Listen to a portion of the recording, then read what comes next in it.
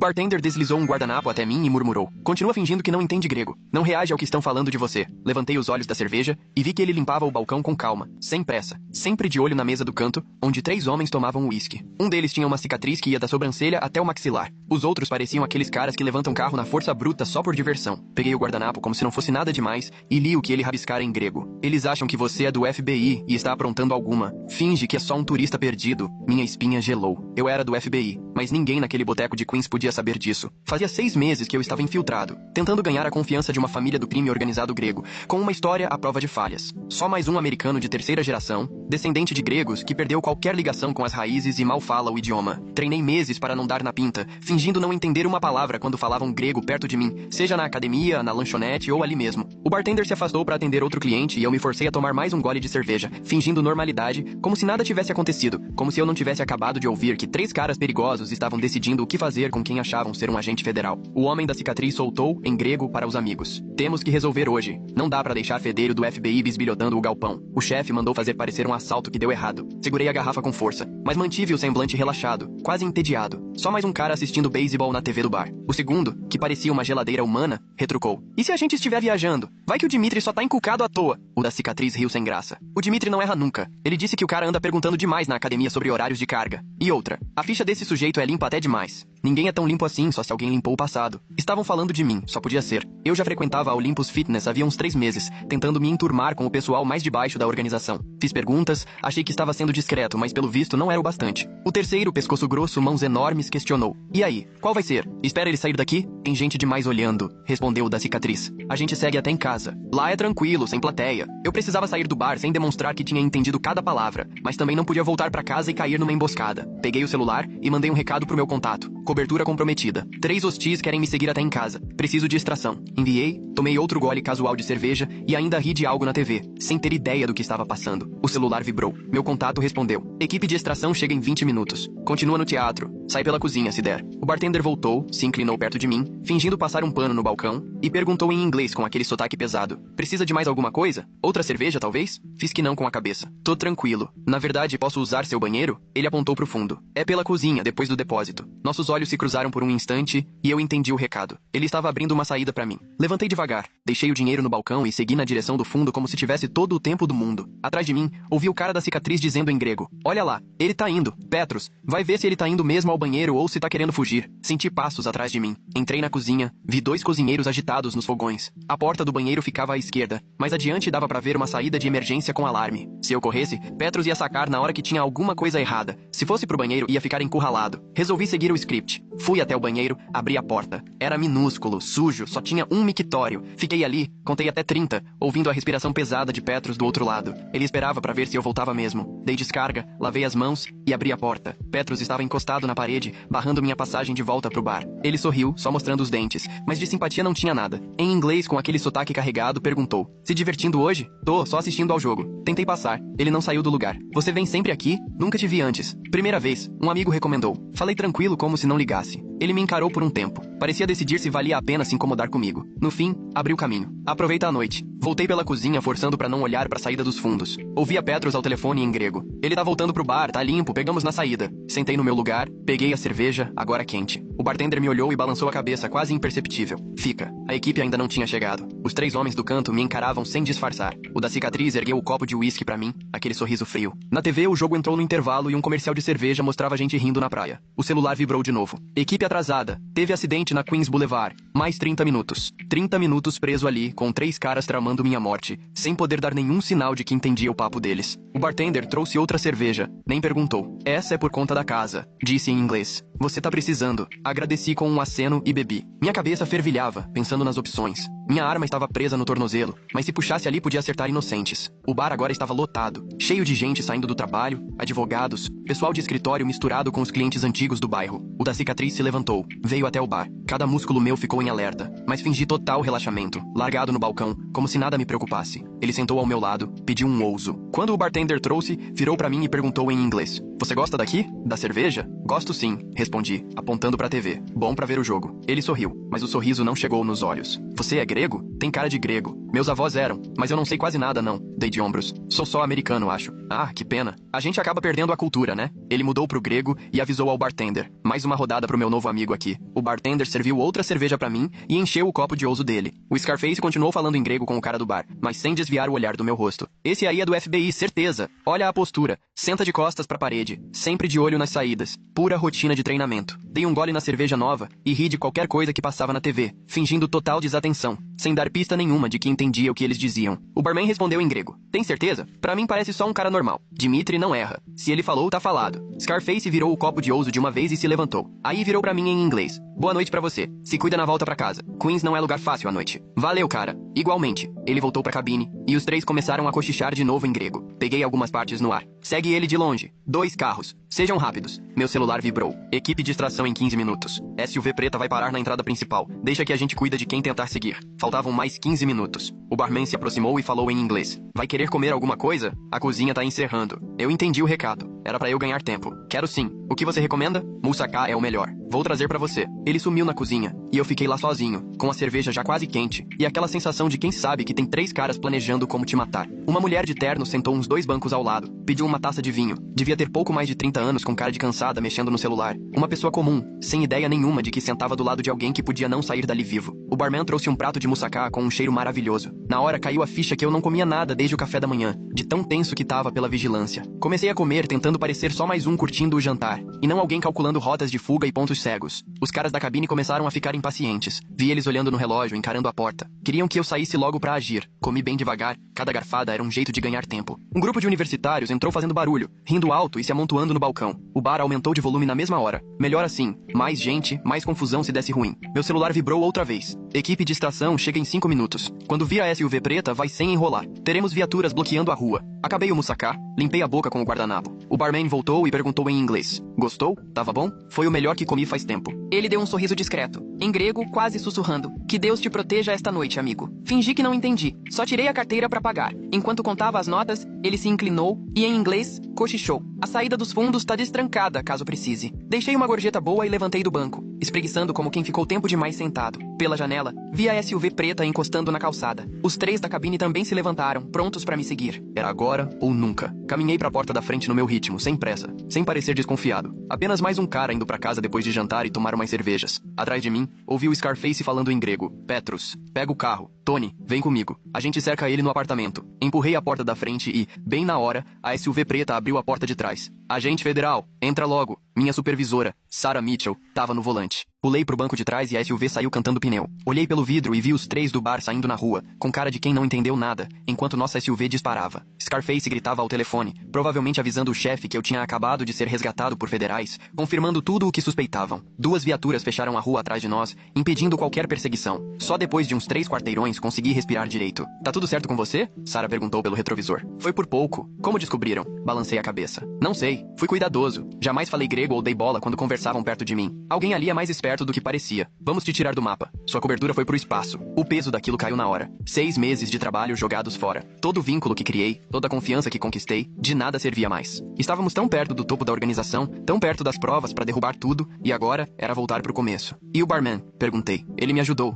Vão saber que ele te avisou. Sarah assentiu. Vamos mandar buscar ele. Vai precisar de proteção também. No escritório do FBI, passei 4 horas sendo interrogado, relembrando cada detalhe da noite e tentando descobrir onde foi que escorreguei. A gente analisou imagens da academia, cada conversa, procurando o momento em que me entreguei. Foi o agente Rodrigues quem achou. Aqui, disse ele, pausando o vídeo. 3 semanas atrás, você na esteira, de fone. Mas olha sua cara quando aquele cara atrás começa a falar com o amigo em grego. Vi minha expressão naquelas imagens ruins. O cara atrás relatava pro amigo que a mulher tava traindo ele. E por um segundo, só por um instante, minha expressão mudou. Compaixão, entendimento. Reagi ao que ouvi. É isso, falei baixinho. Foi aí que eles perceberam. É sutil, disse Rodrigues. A maioria nem ligaria. Mas se alguém já tava desconfiado e de olho... Dimitri, completei. O cara que mandou matar. Ele devia estar lá ou mandou alguém de confiança. Sarah puxou um arquivo no computador. Dimitri Stavros. 3ª geração de greco-americano. Igual você. Comanda tudo em Queens. Inteligente, cauteloso. Se ele pegou esse detalhe, nunca ia te encarar. Só ia mandar alguém resolver. E agora? Perguntei. Agora a gente reorganiza. Sua cobertura caiu, mas conseguimos informações valiosas nesses meses. Descobrimos o galpão, as rotas, os principais envolvidos. Vamos montar um novo caso.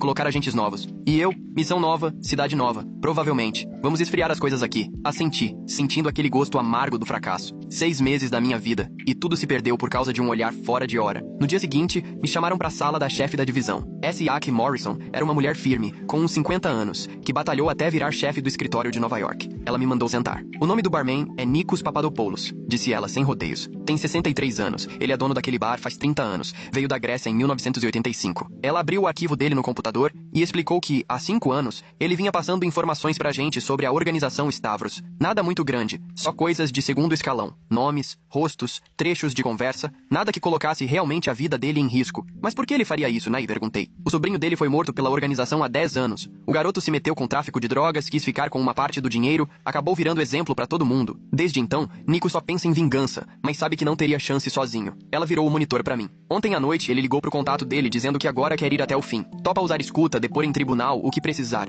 Viu eles planejando a sua morte e percebeu que não podia mais ficar parado. Me encostei na cadeira. Eles vão matar ele. Depois do julgamento, a gente consegue colocar ele no programa de proteção à testemunha. Nova identidade, vida nova, tudo certinho. Mas ele não tá nem aí pro risco. Só quer ver Dmitry Stavros na cadeia antes de morrer. Morrison fechou o arquivo e continuou. Queremos que você seja o contato dele. Você fala a língua, conhece a cultura, e ele pediu por você. Disse que qualquer homem que consegue manter a calma do jeito que você ficou ontem à noite é alguém em quem ele pode confiar. Fiquei pensando no Nikos, 30 anos atrás daquele balcão, servindo bebida pros mesmos homens que mataram o sobrinho, esperando a hora certa. Quando eu começo? Amanhã. Vamos tirar ele de casa e levar pra um lugar seguro em Nova Jersey. Você fica responsável pela escuta, combina tudo com os promotores, faz ele chegar vivo até o depoimento. Nos 3 meses seguintes, praticamente todos os meus dias foram ao lado de Nikos, na casa segura. A gente sentava na cozinha, tomava café grego e ele me contava histórias da organização. Quem respondia a quem, quais negócios eram fachada, onde escondiam registros. Com a cabeça afiada de décadas atrás do balcão, ele lembrava de detalhes que ninguém mais perceberia, mas que, juntos, formavam o quebra-cabeça de como tudo funcionava. O segredo é paciência, disse ele uma tarde em grego. Daquele dia em diante, conversávamos só em grego, sem rodeios. Os americanos querem tudo pra ontem. Nós, gregos, sabemos que vingança tem que ser fria. Esperei 10 anos por esse momento. Sente falta do bar? Perguntei. Ele deu de ombros. Da rotina, sim. Das mesmas pessoas, das mesmas conversas, do ritmo. Mas não sinto falta de ver bandido fingindo ser empresário, nem de servir bebida pra quem matou o Andreas. Andreas era o sobrinho dele, cuja foto ficava na porta da geladeira. Era um garoto sorridente. Devia ter uns 20 anos. Como ele era? Perguntei. O rosto de Nico se suavizou. Era bom menino, só fez escolhas ruins. O pai morreu quando ele tinha 15 anos. Faltou uma referência. Foi andando com gente errada e aos 19 já vendia droga pra organização. Tomou um gole de café antes de continuar. Tentei avisar. Falei que eles eram perigosos, que não perdoavam erro. Ele dizia que ia tomar cuidado, que só precisava juntar dinheiro pra faculdade e depois sairia. E aí? Ficou ganancioso, adulterou o produto, ficou com parte do dinheiro. Achou que ninguém ia notar, mas Dmitry Stavros percebe tudo. A voz dele endureceu. Encontraram o corpo num beco em Astoria. Espancaram até a morte. Largaram lá como se fosse lixo. Ficamos quietos um tempo. Nikos então disse. Foi ali que decidi. Ia acabar com eles. Levasse o tempo que levasse. Passei a observar, ouvir, decorar tudo. Esperar a hora certa. E agora chegou a hora? Agora chegou, confirmou. O equipamento da escuta era dos melhores, quase invisível. Passamos horas treinando para que Nikos agisse normalmente, sem levantar suspeita. Ele voltaria pro bar, usando a escuta durante o expediente para gravar conversas dos membros da organização. Eles vão ficar de olho, avisou o agente Mitchell numa reunião. Sabem que você ajudou o alvo deles a escapar. Vão te vigiar. Nikos só sorriu, com aquela expressão dura. Podem vigiar. Finjo ser o barman amigo há 30 anos, aguento mais um pouco. No primeiro dia dele de volta ao bar, fiquei na van de vigilância, 2 quadras de distância, ouvindo tudo. Minha função era monitorar as conversas e avisar a equipe caso desse ruim, além de registrar qualquer coisa útil para a promotoria. Nikos abriu o bar às 4, como sempre. Os primeiros clientes eram os de sempre, falando de futebol e reclamando do trabalho, papo de bar. Às 6:30 entrou Petros, o mesmo que me seguiu no banheiro naquela noite. Fiquei tenso ouvindo. Em grego, Petros cumprimentou. Nikos, meu amigo, bom te ver. Petros vai querer o quê? Um ouso e informação. Silêncio. Imaginei Nikos servindo a bebida. Cara calma, impassível. De que tipo de informação você tá falando? Perguntou Nikos, se fazendo de desentendido. Sobre o homem daquela noite, o agente do FBI. Você avisou ele, não avisou? Não sei do que você tá falando. Para de bancar o bobo. Achamos o guardanapo com o aviso escrito em grego. Como sabia que ele ia entender? Meu coração disparou. Já dava pra sentir que a coisa podia desandar. Na van, o agente Mitchell já tava no telefone, pronto pra acionar a equipe tática. Nikos respondeu tranquilo. Não sabia se ele entendia. Só vi vocês 3 encarando ele feito lobos. Achei que a coisa ia ficar feia. Escrevi em grego porque imaginei que talvez ele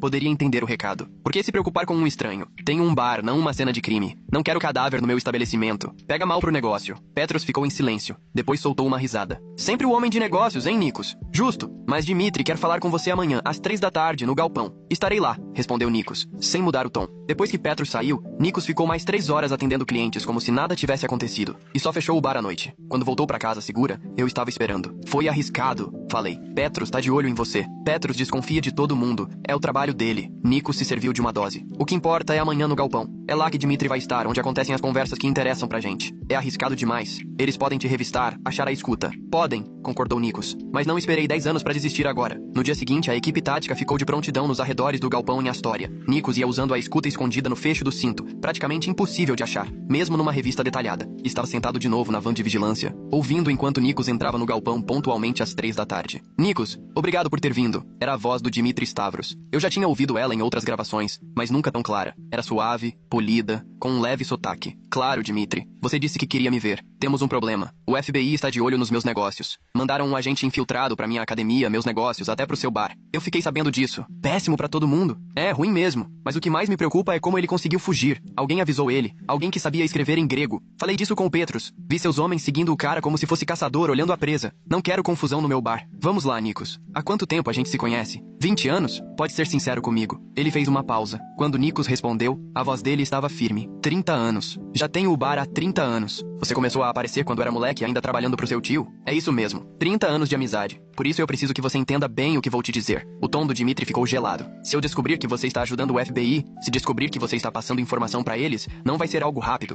Vai ter muito tempo pra se arrepender antes do fim. Entendeu? Entendi. Ótimo. Agora, tenho uma proposta pra você. Eu sei que o FBI vai atrás de você. Vão tentar te virar. Sempre fazem isso quando algo assim acontece. Quando vierem, quero que aceite. Quero que vire meu agente duplo. Dentro da van, o agente Mitchell e eu trocamos olhares surpresos. Fale pra eles o que quiserem ouvir, continuou Dmitri. Se te pedirem pra usar escuta, usa. Mas só passa a informação errada. Faz eles se afastarem dos meus negócios de verdade. Em troca, vou te encher de dinheiro. $50 mil agora. Mais 50 mil quando tudo acabar. Isso é generoso, disse Nikos desconfiado. É prático. Eu cuido de quem é leal a mim, você sabe disso. Deu pra ouvir o barulho de uma maleta sendo aberta. Aqui está o primeiro pagamento, pega, Nikos. Seja esperto. Na van, Mitchell já ligava pra promotoria. Pegamos ele. Temos o Dmitri Stavros gravado tentando atrapalhar uma investigação federal e subornar uma testemunha. Dá pelo menos 10 anos. Mas minha atenção estava só no áudio. Nikos ainda não tinha respondido à oferta. O silêncio se arrastou. E aí? Dmitri pressionou. Qual vai ser? Quando Nikos respondeu, a voz dele veio diferente. Mais dura, fria. Digo que você matou meu sobrinho há 10 anos. Silêncio. Dmitri retrucou. Andreas? Aquele moleque encrenqueiro que me roubava? Aquele garoto tinha 20 anos. Cometeu um erro. E você espancou ele até a morte num beco e largou como se fosse lixo. Ele me roubou. Isso tem consequência. Tem sim, concordou Nikos. Esperei 10 anos pra te mostrar o que é consequência. Deu pra ouvir os sons de uma briga. A voz do Dmitri se exaltou. Você está de escuta. Eu devia saber. Devia ter te revistado. Agora é tarde. Tudo que você disse está gravado. O FBI ouviu tudo. Um estrondo. Móveis quebrando. Mitchell gritou no rádio. Equipe tática, entrem já. Suspeito hostil. Peguei minha arma e saltei da van, correndo pro galpão com mais 3 agentes. Arrombamos a porta e demos de cara com Dmitri apontando uma arma pra cabeça do Nikos. Fiquem pra trás! Ele gritou. Ou eu mato ele agora! O pessoal da tática já tinha os lasers mirados no peito dele. Carson, que liderava a equipe, falou calmo. Acabou, Dmitri! Larga a arma! Se eu largar, vou apodrecer na cadeia. Tu acha que sou trouxa? Se atirar, morre aqui hoje. Tiro justificado, policial. É isso que você quer? A mão dele tremia, a arma encostada na têmpora do Nikos. Nikos, por outro lado, estava sereno, encarando o vazio. Dmitri, eu disse, me aproximando devagar. Acabou? Gravamos tudo. O suborno, a obstrução, a confissão sobre o Andreas. Se resistir, só vai piorar pra você. Quem é você? Perguntou Dmitri. Mais um agente do FBI? Sou aquele cara que estava no bar naquela noite. O que você tentou matar? Vi o reconhecimento no olhar dele. O infiltrado. Você fala grego? Falo sim. Ouvi tudo que seus homens disseram de mim. E ouvi tudo que você disse hoje. Dei mais um passo. Você é esperto, Dmitri. Mais do que muito bandido que já cruzei. Montou uma organização grande, foi cuidadoso. Mas cometeu um erro. Que erro? Subestimou um velho sem nada a perder. O Nikos já passa informação pra gente faz 5 anos. Começou com pouca coisa, mas tudo foi somando. Hoje você deu pra gente tudo que a gente precisava pra te prender pelo resto da vida. A mão do Dmitri tremia ainda mais. Você tá mentindo. Ele só começou depois daquela noite. Será? Pergunta pra ele. Apontei pro Nikos, que falou pela primeira vez desde a briga. Passei 10 anos esperando esse momento, Dmitri. 10 anos vendo você por aí achando que era intocável. Que podia matar um garoto de 20 anos e sair livre. Mas hoje, chegou tua hora. O rosto do Dmitri desabou. Parecia que ele percebia tudo ruindo. A mão dele baixou um pouco, afastando a arma da cabeça do Nikos. Carson não perdeu tempo. 2 passos rápidos, torceu o pulso do Dmitri até a arma cair. 2 agentes em cima dele algemando. Nikos se afastou, cambaleando, e eu o segurei pra ele não cair. Você está bem? Ele acenou com a cabeça. Mas dava pra ver que agora, sem a adrenalina, as mãos dele tremiam feito vara verde. Acabou. Pegamos ele. De volta ao escritório, a comemoração foi discreta, mas sincera. Conseguimos derrubar o chefe de uma quadrilha grande com provas que não davam brecha para contestação. Dmitry Stavros ia passar muitos anos atrás das grades. Nikos ficou na sala de depoimentos, acabado, mas dava para ver alívio no olhar. E agora, o que acontece? Ele perguntou. Agora a gente se prepara para o julgamento, explicou o C.C. Morrison. Você vai ser nossa principal testemunha. Depois disso, entra em proteção à testemunha. Novo nome, nova cidade, vida nova. Não preciso de vida nova, só queria justiça pelo Andreas. Você vai ter, eu prometo.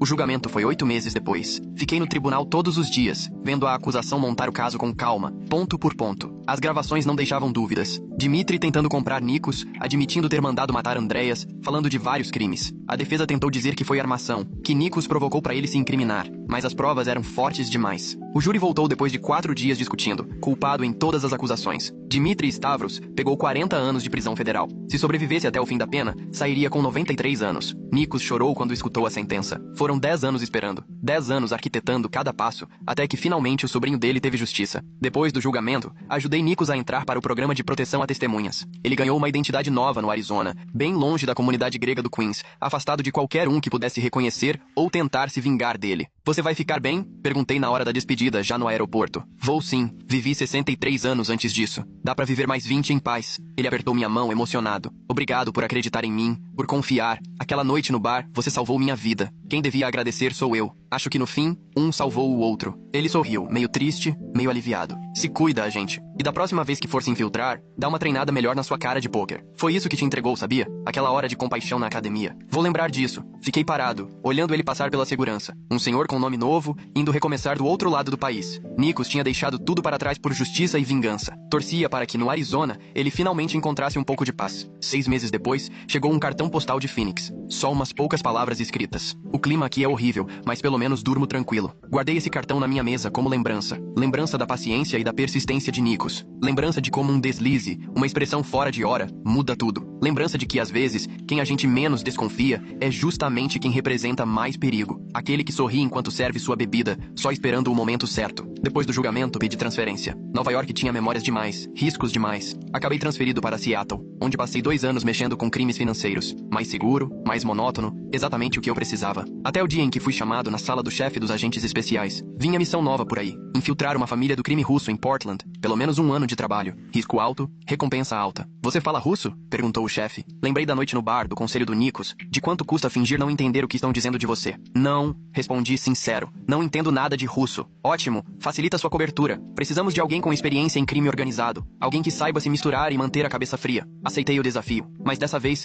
fiz questão de não entender mesmo o idioma. Sem entrar em roubada. Sem deixar escapar nada. Só ignorância de verdade e olho bem aberto. Às vezes a melhor estratégia é a mais simples. Ser exatamente quem você diz que é. 3 anos já se passaram e sigo infiltrado. Lugares diferentes, organizações diferentes, línguas que não domino. O trabalho é perigoso, exaustivo. E tem hora que me pergunto se vale tanto desgaste. Aí lembro do Andreas, garoto de 20 anos que morreu num beco porque cometeu um erro. Lembro do Nikos, 10 anos arquitetando a vingança com aquela calma de quem sabe que justiça que tarda não é justiça negada. Penso nas outras vítimas do crime organizado, aquelas que nunca chegam a ver julgamento nenhum, que morrem anônimas e esquecidas enquanto os culpados seguem livres. É por elas que sigo nesse caminho, não pela adrenalina ou pelo reconhecimento, mas pelos Andreas e Nikos do mundo, por quem merecia mais do que teve. No mês passado, chegou outro cartão postal de Phoenix. Nikos agora tem 70 anos, trabalha num restaurante pequeno e passa as tardes jogando xadrez com aposentados no centro de convivência. Disse que está ensinando umas frases em grego para o pessoal de lá, o que me faz sorrir. Barman é barman, né? Sempre arruma um jeito de contar histórias e dividir cultura. O cartão termina assim: ouvi dizer que você ainda está na ativa. Se cuida. Lembre, não se trata de esconder quem você é, e sim de ter paciência para mostrar a verdade na hora certa. Esse cartão também ficou ao lado do primeiro na minha mesa. É o lembrete de um senhor que enganou uma organização criminosa inteira só com paciência e atenção. Às vezes, a maior arma não é uma pistola ou um distintivo. Às vezes, tudo o que importa é esperar o momento exato de agir. E isso vale tanto para quem é agente infiltrado, quanto para quem só está sentado num bar, fingindo não entender o idioma que todo mundo acha que você desconhece. O Dante Montenegro é o pior pesadelo do colégio, e aparentemente, está obcecado por mim, embora ninguém vá adivinhar isso só de olhar. Ele me encara como se quisesse exterminar toda a minha linhagem. Eu estava prestes a encarar de volta, reunindo até a última gota de coragem que me restava, quando de repente, um texto brilhante e estranho começou a flutuar no ar, bem em cima da cabeça dele. Rindo alto. O pessoal achando que ele tá planejando um assassinato. O mano tá caidinho de amores. Mas alguém tá vendo isso? O Dante tá obcecado. Parece feito de pedra. Mas olha pros olhos dele. No segundo em que ele vê a Renata, vira um babão completo. Puramente energia de Golden Retriever disfarçado de bad boy. Pisquei, completamente chocada. A mandíbula do Dante se travou. O rosto dele parecia uma parede de tijolos. Frio. Sem emoção alguma. Só que as orelhas dele estavam vermelho vivo. O texto flutuante virou uma loucura. Meu Deus. Ela piscou. O Dante tá lutando pela própria vida agora mesmo. Renata. Respira. Grito interno do Dante. Ela é tão fofa. Eu vou morrer. Fiquei paralisada, encarando os comentários holográficos que fluíam pelo ar. Meus olhos se encontraram com os do Dante. A cara dele continuava sendo uma máscara de fria indiferença. Mármore esculpido e gelo. Mas as orelhas dele estavam pegando fogo de tão vermelhas. Ele gosta de mim. Dante Montenegro. O cara que olha para todo mundo como se fossem lixo. Fiquei encarando ele, de olhos arregalados e perdida. Quando percebi o que estava fazendo, entrei em pânico e desviei o olhar. Mas ainda conseguia sentir aquele peso sufocante e ardente do olhar dele queimando na lateral do meu rosto. Os comentários no ar se multiplicaram no mesmo instante. Vocês viram isso? Ela acabou de dar aquela olhada de gazela assustada. O Dante deu tela azul. Eu tô morrendo. O Dante nem sabe onde tá agora. Esqueceu até de fazer pose de mal. Só tá encarando. Antigamente, toda vez que eu pegava o Dante me olhando, ele debochava, revirava os olhos e virava a cara. Eu sempre achei que ele me detestava do fundo da alma. Os comentários dizem que ele gosta de mim. Não faz sentido nenhum. O Dante manda nessa escola. Tem mais de 1,90 m de altura. Família bilionária. Notas perfeitas, mesmo sem nunca estudar, e é perigoso. Além disso, nunca me disse uma palavra gentil. Como é que ele poderia gostar de mim? Na nossa escola de elite, a maioria dos alunos do último ano já tinha 18 anos. Velhos o bastante para fingir que éramos adultos, e jovens o suficiente para ser desastres parecerem românticos. Eu não conseguia acreditar. Os comentários tinham razão. Para quem vê de fora, o olhar dele parece fatal. Qual é o seu problema, Montenegro? O Leandro Alcântara, meu amigo de infância, se levantou de repente. Ele agarrou o Dante pelo colarinho da camisa, bancando o herói. Acha que o seu dinheiro te faz um deus? Você não pode simplesmente ser o que bem entende. Exigiu Leandro, com a voz alta o suficiente para atrair a atenção de toda a sala. Dante desviou o olhar de mim e encarou o Leandro. A mudança foi instantânea. O Golden Retriever desapareceu. No lugar dele surgiu um lobo. Dante prensou o Leandro contra a carteira em um único movimento fluido. Foi violento, agressivo. Os olhos dele se estreitaram, parecendo pronto para matar. A turma gritou. Corri até lá, levada pelo puro instinto. Para! Dante me viu aproximar pelo canto do olho. O corpo dele petrificou. A tensão assassina nos ombros dele se evaporou num piscar de olhos. Leandro aproveitou a brecha. Ele se soltou e desferiu um soco forte e covarde bem na mandíbula do Dante. Um estalo seco. A cabeça do Dante virou para o lado.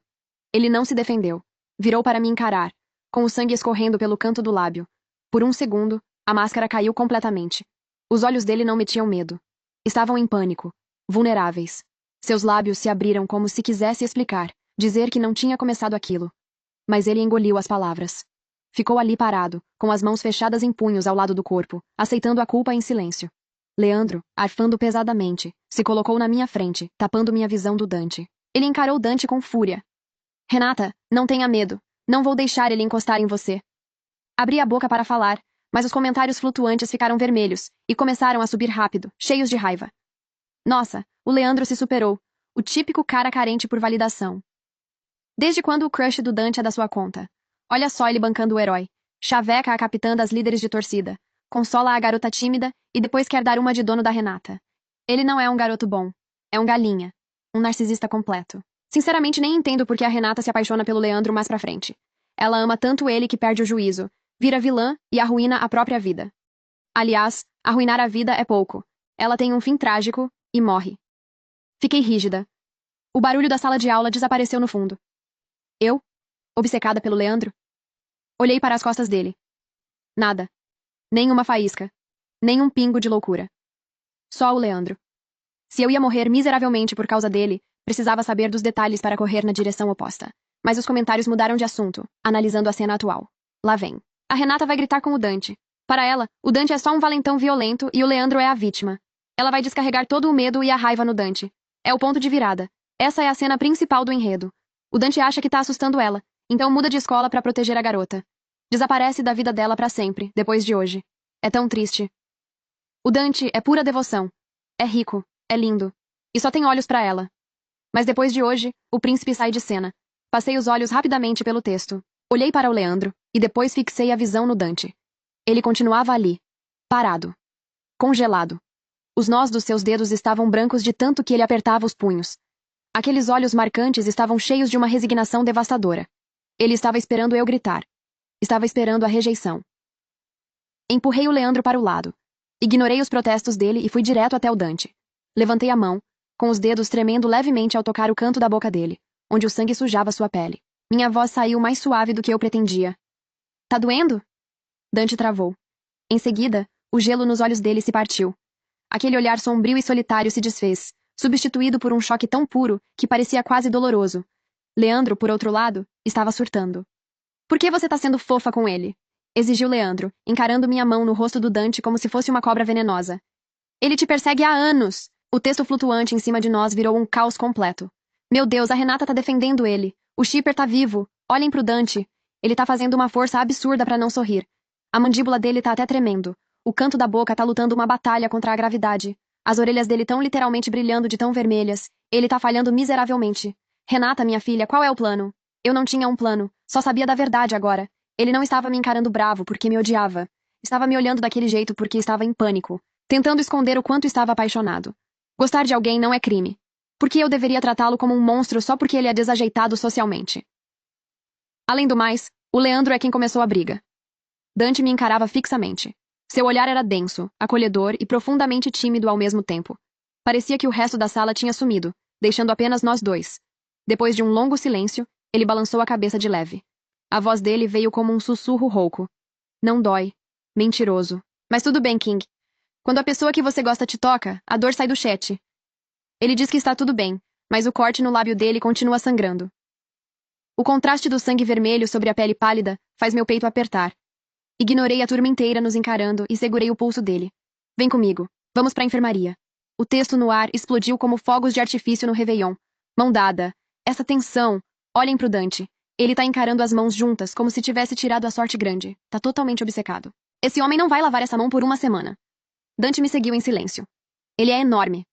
Ombros largos, uma altura impressionante. Mas, agora mesmo, me seguia como um lobo adestrado. Minha cabeça estava a 1000 por hora. Segundo os spoilers, eu sou a vilã destinada a morrer pelo protagonista, o Leandro. E o Dante é só o coitado trágico da história. Aham, com certeza. Chegamos à enfermaria. Estava vazia. Fiz ele se sentar na maca e me virei para pegar os cotonetes e o antisséptico. Minhas mãos tremiam um pouco. Quando me virei de volta, perdi o fôlego. Achei que ele estaria emburrado. Em vez disso, Dante Montenegro me encarava. A jaqueta dele tinha sido jogada de lado, e o botão do topo da camisa estava aberto. Ele parecia exausto, cansado da briga. Mas havia algo firme na maneira como me olhava que fez minha boca ficar seca. O sol da tarde batia no cabelo bagunçado dele, criando sombras sobre seus olhos. Ele parecia perigoso. E, irritantemente, muito bonito. Como é que eu nunca tinha reparado nisso antes? Os comentários flutuantes pegaram minha reação na hora. Pronto. Confirmado. A Renata tem um tipo. Ela gosta do clichê do bad boy fofo. Se ao menos o Dante pudesse ler a gente, a Renata parece durona, mas é fraca para um cachorrinho machucado. Usa isso, Dante. Não fica parecendo uma estátua. Diz alguma coisa. Deixa ela cuidar de você. Os olhos do Dante subiram, acompanhando o texto flutuante. O olhar dele ficou aguçado. Depois, me encarou. A máscara de garoto tímido caiu. Ele não se queixou. Não reclamou. Em vez disso, seus olhos escureceram com uma determinação que eu nunca tinha visto antes. Ele ergueu um pouco o queixo, expondo a linha da mandíbula, mas sem tirar os olhos dos meus. Tá ardendo, disse ele num tom baixo, quase num sussurro. Cuida de mim, Renata. Paralisei com o cotonete no ar. Ele não só pediu ajuda, pediu como se aquilo importasse, como se a minha resposta fosse tudo. Aquilo não era mais o teatro da coitadinha da vítima. Era algo completamente diferente. Ele me olhava como se eu fosse a única pessoa na sala que valia a pena olhar. O texto flutuante pirou de vez. Peraí. Ele acabou de ler o nosso conselho e usar? Sim. Dante, não seja um capacho. Assume o controle do momento. Dante observou minha reação, com os olhos atentos a cada microexpressão do meu rosto. Ele se inclinou um pouco para a frente, diminuindo a distância entre nós. O cheiro de amadeirado e chuva me atingiu. Vai me ajudar, falou baixinho. Ou vai ficar só olhando? Ele estendeu a mão e guiou a minha com cuidado. A mão que segurava o antisséptico, aproximando-a do seu rosto, mas sem soltar o meu pulso. Seus dedos continuaram ali, levemente curvados na minha pele, por um segundo a mais do que o necessário. Era um detalhe bobo, mas enviou um arrepio de calor por todo o meu braço. Dói de verdade, murmurou ele, sem tirar os olhos de mim. Engoli em seco. Ele estava fazendo aquilo de propósito. Olhei acima da cabeça dele. Será que ele consegue ver? Ele definitivamente estava lendo os comentários. Usou o machucado como desculpa para me deixar totalmente desestabilizada. Dante Montenegro, um gênio manipulador. Olhem para Renata. Tá toda vermelha. Dante mordeu o lado saudável do lábio e me deu um olhar que era metade debochado, metade envergonhado. Como se nem ele estivesse acreditando que tinha tido coragem de fazer aquilo. E aí, ele me apressou. Tô esperando. Semicerrei os olhos. Ele estava brincando comigo, mas a revelação que tive foi mais impactante do que o chaveco. Ele consegue ver o texto? Nós dois estamos despertos. Os comentários confirmaram minha suspeita. Uma nova linha brilhou sobre a cabeça do Dante tão forte que quase deixei o cotonete cair. Ele consegue ver a gente! Abortar missão! Outro comentário surgiu logo abaixo. Dante, pisca 2 vezes se você esteve usando a gente como tutorial de cantada. O rosto de Dante nem se mexeu, mas as orelhas entregaram ele sem dó. Baixei o cotonete devagar. Você também consegue ver. Os dedos dele apertaram meu pulso por meio segundo antes de me soltar. Ele se encostou de volta na maca, tentando parecer frio e misterioso de novo. O que teria funcionado melhor se o lábio dele não estivesse sangrando e o ar acima dele não estivesse gritando. O mano foi pego em 4K pela crush. Ele usou nosso conselho de verdade. Respeito pelo esforço. Os olhos do Dante foram para cima. Depois voltaram para mim. Só leio críticas construtivas. Quase dei risada. Quase. O pesadelo da escola esteve parado ali o tempo todo parecendo um suspeito de assassinato só porque não sabia como ter sentimentos, sem fazer todo mundo temer pela própria vida. Pressionei o cotonete contra o corte no lábio dele, e ele deu uma leve chiada. Então dói, né? Dói menos quando é você que faz. Minha mão parou. Limpei o sangue com cuidado. Há quanto tempo você tá vendo isso? Faz uns dias. E você não pensou em comentar nada sobre a plateia de fantasmas flutuantes? Com quem? O canto da boca dele subiu ligeiramente. Com o orientador da escola? Com o meu pai? Com o cara que eu acabei de prensar na carteira? Faz sentido. Você sabia sobre o dia de hoje? O deboche sumiu dos olhos dele. Sabia. Parei de mexer. O comentário dizia que essa era a cena em que eu finalmente confirmava que ele era perigoso, que eu devia gritar com ele, que ele deveria mudar de colégio depois de hoje. Por que você iria embora? A mandíbula dele se travou. Porque achei que o meu amor te assustava. Ele me encarou. A máscara fria tinha sumido de vez. Ele estava pronto para desaparecer, só porque achou que o amor dele me dava medo. Eu nunca imaginei que seria você a me pedir para ficar. Os comentários ficaram em silêncio pela primeira vez. Aquilo foi pior do que os gritos. Ele estava disposto a se apagar do mundo só porque achava que eu tinha medo dele. Roteiro ruim. Roteiro péssimo. Nota 1 estrela. Pois tenho más notícias. Não vou mais seguir esse roteiro. Os comentários explodiram como fogos. Ela mandou um não pro cânone. Vencemos. A Renata rejeitou a história. E o roteiro chorou na cama que é lugar quente. Terminei de limpar o lábio dele e coloquei um curativo pequeno perto do corte. Se o roteiro queria que eu morresse pelo Leandro Alcântara, devia ter escolhido uma garota mais tonta. A porta da enfermaria se abriu de soco. Leandro entrou como um furacão, com o cabelo um pouco desalinhado, a gola torta e uma indignação teatral perfeitamente ensaiada no rosto. Atrás dele, vinham 2 colegas de classe e uma professora com cara de quem já tinha se arrependido de trabalhar com adolescentes. Renata, se afasta dele! O esboço de sorriso do Dante sumiu. Leandro apontou para ele. Ele é perigoso! Me atacou na frente da sala inteira! Não sei o que ele te falou, mas tá te manipulando. Os comentários flutuantes surgiram sobre a cabeça do Leandro num vermelho furioso. Leandro carregando o discurso de herói falso 3.0. Olhem ele citando a amizade de infância em 3, 2... Eu te conheço desde que a gente era criança, Renata. Sei quando você não tá agindo como você mesma. Me conhecer desde a infância não é um contrato vitalício, Leandro. Os 2 colegas congelaram. Leandro piscou, sem reagir. O quê? Você vive usando o amigo de infância como se fosse um passe livre e vitalício. A professora prendeu o riso, apertando os lábios. Dante abaixou a cabeça, mas viu o canto da boca dele lutando para não dar um sorriso. O rosto de Leandro ficou vermelho. Eu tô tentando te proteger. Do cara em quem você deu um soco depois que ele já tinha parado de brigar. Ele me atacou primeiro. Depois que você segurou ele pelo colarinho primeiro. Os olhos de Leandro vacilaram. Ali estava, a primeira racha na pintura de bom moço. Renata, você tá confusa? Não, eu só consegui legendas novas. Os comentários comemoraram. Ela conseguiu legendas novas. Imprime isso numa camiseta. A professora finalmente limpou a garganta. Vocês três precisam ir para a diretoria. Não precisa, disse eu jogando fora os cotonetes usados. As câmeras da sala de aula viram o suficiente. O ferimento do Dante precisa ser registrado primeiro. Depois eu mando meu depoimento. Leandro me encarou como se eu tivesse acabado de dar um tapa na cara dele sem nem encostar. Naquela tarde, enquanto o Leandro continuava me encarando como um cachorro abandonado que teve o show cancelado, uma frase apareceu sobre a cabeça dele. Lembrete. O Leandro mandou mensagem para a capitã das líderes de torcida 5 minutos antes da briga, pedindo para ela ver ele humilhar o Dante. Nosso herói de Taubaté ama um holofote. Outro comentário veio em seguida. Ele disse para a garota tímida ontem. Só me sinto em paz quando tô com você. A mesmíssima frase que mandou para Renata no mês passado.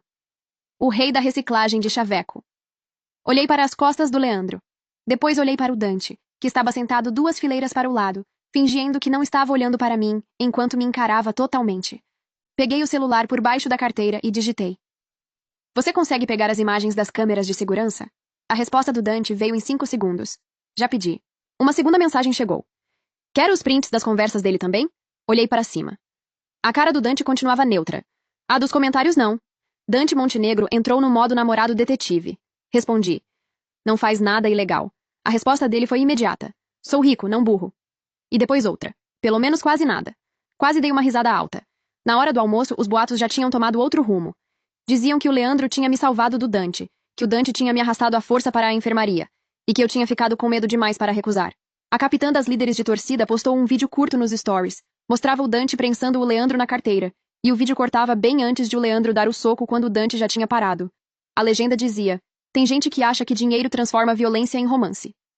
Os comentários em cima do meu prato surgiram na hora. Alerta de vídeo editado. Amiga, olha quem curtiu primeiro. Fui olhar. Leandro Alcântara, claro. Tirei print.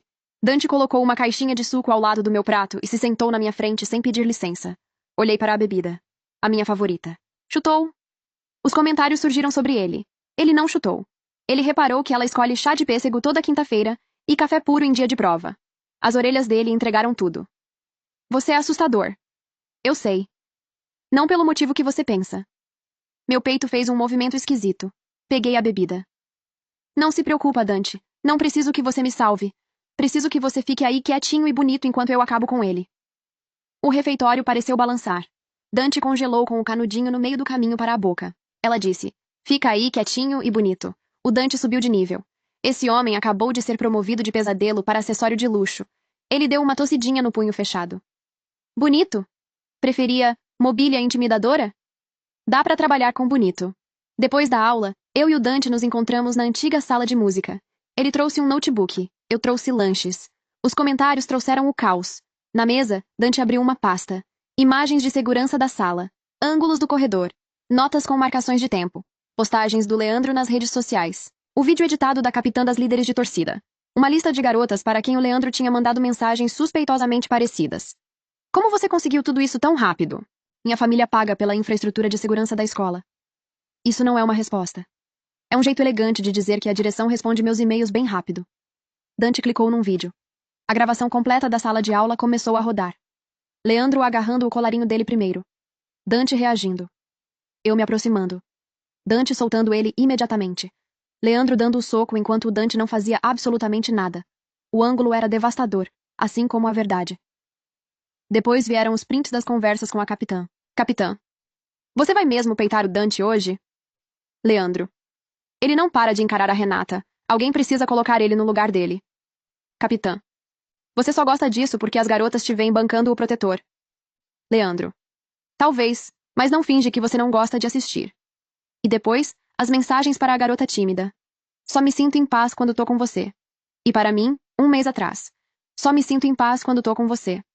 A mesma frase, a mesma pontuação, o mesmo carinho fajuto copiado e colado na maior preguiça. Me encostei na cadeira. Caramba! Dante me observava. Você tá bem? Tomás é ofendida com o quanto ele é preguiçoso. Os olhos dele brilharam com diversão. Toquei no notebook. Se você der um soco nele, fica um roxo. Se eu expuser quem ele perde a casca. Dante se reclinou, me estudando como se tivesse descoberto uma nova espécie perigosa. Que foi? Nada. Não me olhe assim. Assim como? Como se quisesse me colocar num amparo de vidro com a etiqueta de ameaça favorita. O rosto dele ficou neutro. Ele virou a cabeça para o lado. Eu não preciso ser o seu herói. Só quero ser a pessoa que fica quando a história me manda ir embora. A brincadeira sumiu do ar. Olhei para as nossas mãos em cima da mesa. A dele estava perto da minha, sem se tocar, esperando, sempre esperando. Movi minha mão 1 centímetro. Nossos dedos se encostaram. Ele parou de respirar. Eu não me afastei. A semana seguinte virou uma verdadeira partida de xadrez sob as luzes fluorescentes do colégio. Leandro espalhou o boato de que o Dante estava me perseguindo. A capitã shared postagens sobre garotas que sofriam lavagem cerebral de caras perigosos. Leandro disse aos professores que estava preocupado comigo, dizendo que eu tinha mudado. Disse aos colegas que eu estava sendo manipulada. Disse à garota tímida que o Dante era péssimo para mim. Depois disse à capitã que eu estava com ciúmes dela. E aí veio me dizer que todo mundo só estava preocupado porque me amava. Ele esqueceu de uma coisa. Boatos são convites de graça. O pessoal sempre vai ao próprio enterro se você chamar de festa. Deixei ele falar. Dante não gostou nada disso. Na quarta-feira, ele me abordou perto da escada da biblioteca, com a cara fechada. Deixei eu cuidar dele. Não. Ele tá sujando o seu nome. Ele tá enrolando a corda no próprio pescoço. Eu posso fazer ele parar. Com violência. A mandíbula do Dante se travou. Cheguei mais perto. Se você bater nele, ele sangra e sai por cima. Se eu deixar ele continuar, ele ganha aplausos até o chão abrir debaixo dos pés dele. Dante entrou no modo ameaça de apoio. Ele quer um assassinato. Ela quer um massacre de assessoria de imprensa. Toquei de leve no peito dele. Fica do meu lado, não na minha frente. A mão dele subiu e vacilou. Posso pelo menos encarar feio? Profissionalmente. Eu sempre encaro feio profissionalmente. Não. Você encara feio romanticamente e assusta os inocentes. As orelhas dele ficaram vermelhas. Essa categoria nem existe. Encarar feio romanticamente é literalmente a linguagem do amor dele. O dia do fundador chegou na sexta-feira. O colégio decorou o salão principal com faixas douradas, flores brancas e lustres de cristal. Alunos, professores, ex-alunos, doadores e fotógrafos lotavam o espaço. Era a noite em que anunciariam as homenagens do Conselho Estudantil. Leandro tinha sido indicado para o prêmio de liderança estudantil porque, aparentemente, uma farsa bem polida ficava ótima em fotos. O cânone tá tentando uma última armadilha de vilão. No menu de hoje, discurso de herói falso, vídeo editado, surto da Renata, Dante culpado, remix da tragédia. Sorri. Eu estava louca por um palco. Dante estava perto da entrada lateral usando um terno preto, parecendo uma ameaça muito elegante contratada como decoração. Quando me viu, o rosto dele continuou sério, mas as orelhas ficaram vermelhas. Dante saiu do cantinho do vilão e entrou em território de marido dedicado. Você parece cansada. Parece que tá prestes a falir a família de alguém. Só se for necessário, querido. Eu posso ser pior. Por favor, não seja. Seu chaveco ainda precisa de supervisão. Quando começou a parte do conselho estudantil, Leandro subiu ao palco para aceitar a indicação. A capitã das líderes de torcida estava perto dos controles do telão, com o celular na mão. O teatro do herói estava carregando. Leandro pegou o microfone. Quero dizer uma coisa antes de aceitar essa honra. Liderança não é sobre status. É sobre proteger as pessoas, mesmo quando elas não percebem que estão em perigo. A plateia fez silêncio. Os olhos do Dante escureceram. Toquei na manga da jaqueta dele. Espera. Leandro se virou para nós com uma sinceridade ferida tão bem ensaiada que poderia cegar qualquer um desatento. Recentemente vi uma amiga minha de infância mudar sob a influência de alguém com uma reputação violenta. Tentei intervir e fui atacado. Fiquei calado porque não queria fazer drama. Mas o silêncio só protege as pessoas erradas. O telão atrás dele se acendeu com o vídeo editado. Dante prensando ele na carteira. Teve um murmúrio geral no salão. O canto da boca da capitã se curvou num sorriso. Leandro me olhou como se estivesse me convidando de volta para uma gaiola. Renata, essa não é você. Deixa a gente te ajudar. Subi ao palco. Não chorei. Não gritei. Eu sorri. Dante me disse mais tarde que aquele sorriso o assustou mais do que o discurso inteiro do Leandro. Leandro, você não protege garotas. Você coleciona plateia. O salão emudeceu. Leandro piscou. Renata, não faz isso. Você queria que eu me tornasse a garota louca da sua história.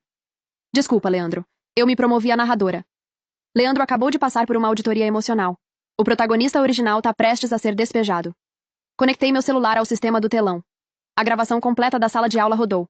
Leandro agarrando o Dante primeiro. Dante reagindo. Eu me aproximando. Dante parando na hora.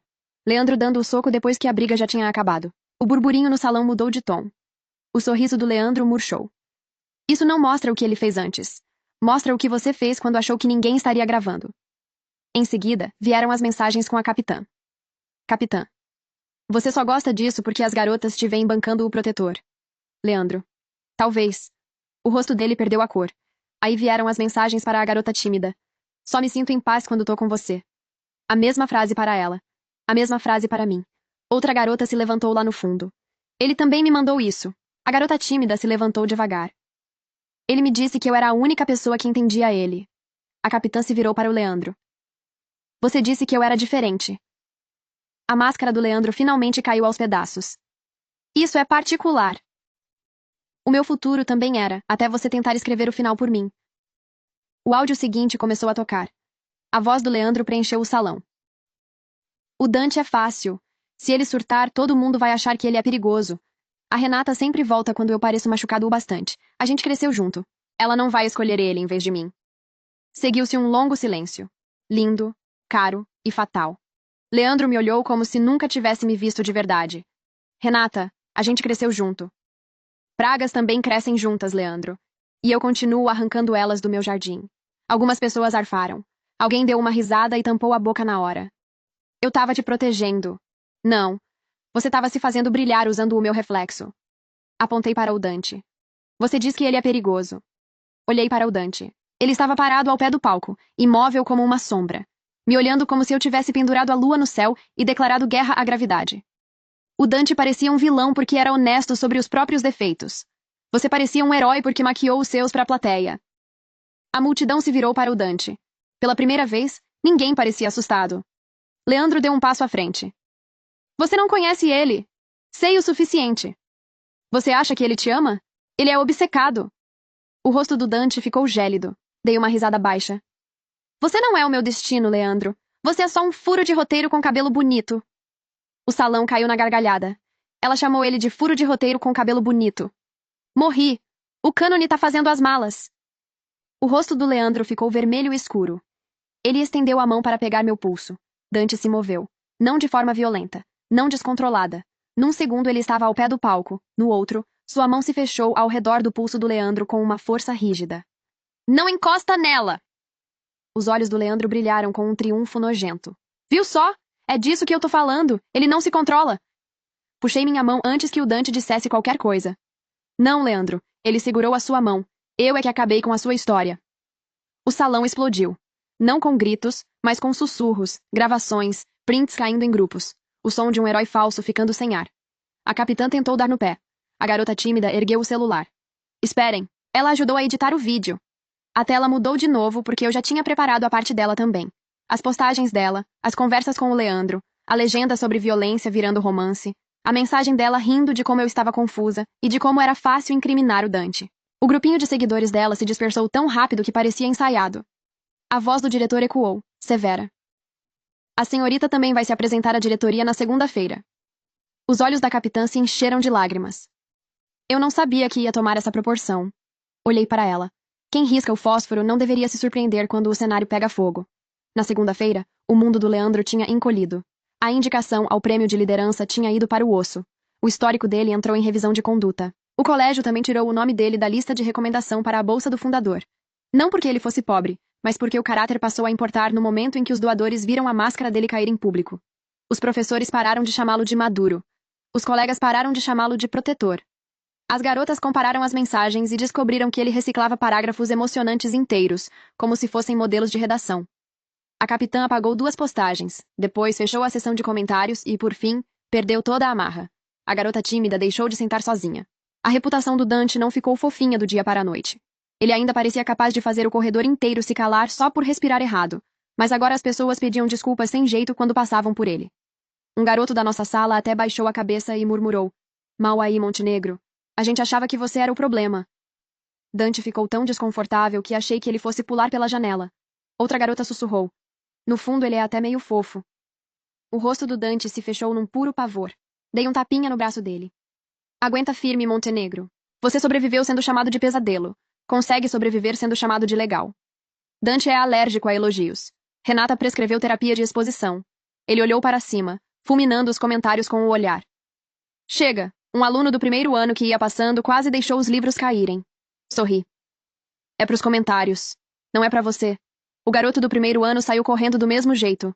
Leandro me encontrou depois da aula, 2 dias mais tarde, atrás do antigo prédio de auditórios, onde a trepadeira cobria metade das janelas. Ele parecia acabado de um jeito que não tinha nada a ver com roupas. O charme fácil tinha sumido. Sem a admiração das pessoas ao redor, ele era só um garoto de cabelo bonito e péssimos hábitos.